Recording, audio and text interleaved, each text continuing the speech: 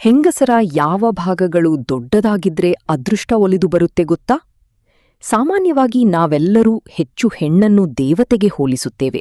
ಹೆಣ್ಣನ್ನು ಪೂಜ್ಯತ ಮನೋಭಾವದಿಂದ ನೋಡುತ್ತೇವೆ. ಹೌದು, ಭಾರತ ದೇಶದಲ್ಲಿ ಹೆಣ್ಣಿಗೆ ವಿಶೇಷ ಸ್ಥಾನ ಇದೆ ಅಲ್ವಾ?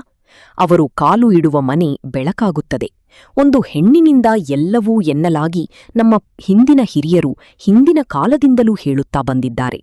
ಅದರಂತೆ ಹೆಣ್ಣಿಗೆ ಮರ್ಯಾದೆ ಕೊಡದವನು, ಆಕೆಯ ಮೇಲೆ ಕೈ ಮಾಡುವವನು ಗಂಡಸೇ ಅಲ್ಲ. ಅದರ ಪ್ರಕಾರ ಹೆಣ್ಣು ಅತಿ ದೊಡ್ಡ ಶಕ್ತಿಯನ್ನು ಕೂಡ ಹೊಂದಿರುವಂತಹ ಮಹಿಳೆ. ಆ ವ್ಯಕ್ತಿತ್ವ ಹೀಗೆ ಎಂದು ನಾವು ಹೆಚ್ಚು ನಿಮಗೆ ಹೇಳಬೇಕಾಗಿಲ್ಲ. ತವರು ಮನೆಯಲ್ಲಿ ಹುಟ್ಟಿ ಗಂಡನ ಮನೆ ಬೆಳಗುವ ಪ್ರತಿ ಹೆಣ್ಣು ವಿವಿಧ ಆಸೆಗಳನ್ನು ಆಕಾಂಕ್ಷೆಗಳನ್ನು ಹೊಂದಿರುತ್ತಾರೆ. ತನ್ನ ಇಷ್ಟದ ಹಾಗೆ ಜೀವನ ನಡೆಸಲು ಕಷ್ಟದ ಸಂದರ್ಭದಲ್ಲಿ ಎಲ್ಲರಿಗೂ ಮುಂಚೆಯೇ ತಾನು ತಲೆಬಾಗಲು ರೆಡಿಯಾಗುತ್ತಾಳೆ. ಎಂತಹ ತ್ಯಾಗಕ್ಕೂ ಸಿದ್ಧ ಇರುತ್ತಾಳೆಯಲ್ವಾ? ಹೌದು, ಒಂದು ಬಾರಿ ಮದುವೆಯಾಗಿ ಹೋದರೆ ಮುಗಿಯಿತು. ಗಂಡ ಒಳ್ಳೆಯವನಾಗಿದ್ದರೆ ಎಲ್ಲವೂ ಸರಿಯೇ. ಆದರೆ ಪ್ರತಿಯೊಂದು ವಿಚಾರದಲ್ಲಿ ಹೆಣ್ಣು ಅದೃಷ್ಟಶಾಲಿಯಾಗಿರಬೇಕು, ಜೊತೆಗೆ ಪುಣ್ಯ ಮಾಡಿರಬೇಕು ಅಂತ ಹೇಳುತ್ತಾರೆ. ಹೌದು, ಇದೀಗ ಮಹಿಳೆಯ ದೇಹದ ಮೇಲೆ ಕೆಲವು ಭಾಗಗಳು ಅತಿ ದೊಡ್ಡವಾಗಿ ಇದ್ದರೆ ಅಂತಹ ಸಂಕೇತ ಇದ್ದಿದ್ದೇ ಆದರೆ ಅವರಿಗೆ ನಿಜಕ್ಕೂ ಒಳ್ಳೆಯದಾಗುತ್ತಂತೆ. ಹೆಣ್ಣಿನ ಹಣೆಯ ಭಾಗ ಅಂದರೆ ಕುಂಕುಮ ಬೊಟ್ಟು ಇಡುವ ಜಾಗ. ಒಂದು ಅಂಗೈಯಷ್ಟು ದೊಡ್ಡ ಹಣೆ ಇದ್ದರೆ ಆಕೆ ಅದೃಷ್ಟವಂತೆ. ಆಕೆ ಅಂದುಕೊಂಡ ರೀತಿ ಧನವಂತೆಯಾಗುತ್ತಾಳೆ. ಹುಟ್ಟಿದ ಮನೆಯಲ್ಲಿ ಮಾತ್ರವಲ್ಲದೆ ಗಂಡನ ಮನೆಯಲ್ಲೂ ಕೂಡ ಆ ಅದೃಷ್ಟವನ್ನು ಕರೆದುಕೊಂಡು ಹೋಗುತ್ತಾಳೆ ಎಂದು ಹೇಳಬಹುದು.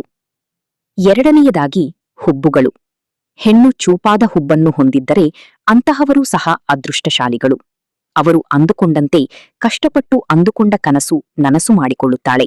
ಆಕೆಯ ಆಸೆ ನೆರವೇರುತ್ತದೆ ಎನ್ನಬಹುದು. ದೇವರ ಆಶೀರ್ವಾದದಿಂದ ಅವರು ಅಂದುಕೊಂಡಂತೆ ಉನ್ನತ ಸ್ಥಾನ ಸೇರುತ್ತಾರೆ. ಗಂಡನ ಯಶಸ್ಸಿನಲ್ಲಿ ಅವರು ಹೆಚ್ಚು ಶ್ರಮ ವಹಿಸುತ್ತಾರೆ. ಮೂರನೆಯದಾಗಿ, ಒಂದು ಕಣ್ಣು ದೊಡ್ಡದು ಇದ್ದು ಇನ್ನೊಂದು ಕಣ್ಣು ಸಣ್ಣದು ಇದ್ದರೆ ಅಂತಹ ಹೆಣ್ಣು ಸಹ ಅತಿ ದೊಡ್ಡ ಪುಣ್ಯವಂತೆ. ಹಳ್ಳಿಯಲ್ಲಿ ಚುಗಣ್ಣು ಎಂದು ಕರೆಯುತ್ತಾರೆ ನೋಡಿ, ಅಂತಹ ಹೆಣ್ಣುಮಕ್ಕಳು ಸಹ ಪುಣ್ಯ ಮಾಡಿರುತ್ತಾರೆ.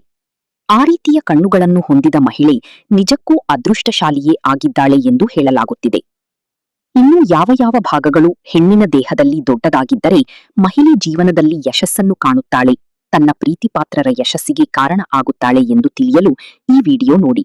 ಮತ್ತು ಮಾಹಿತಿ ಉಪಯುಕ್ತ ಆಯಿತು ಎಂದು ನಿಮಗೂ ಕೂಡ ಅನಿಸಿದರೆ ತಪ್ಪದೇ ಮಾಹಿತಿಯನ್ನ ಶೇರ್ ಮಾಡಿ.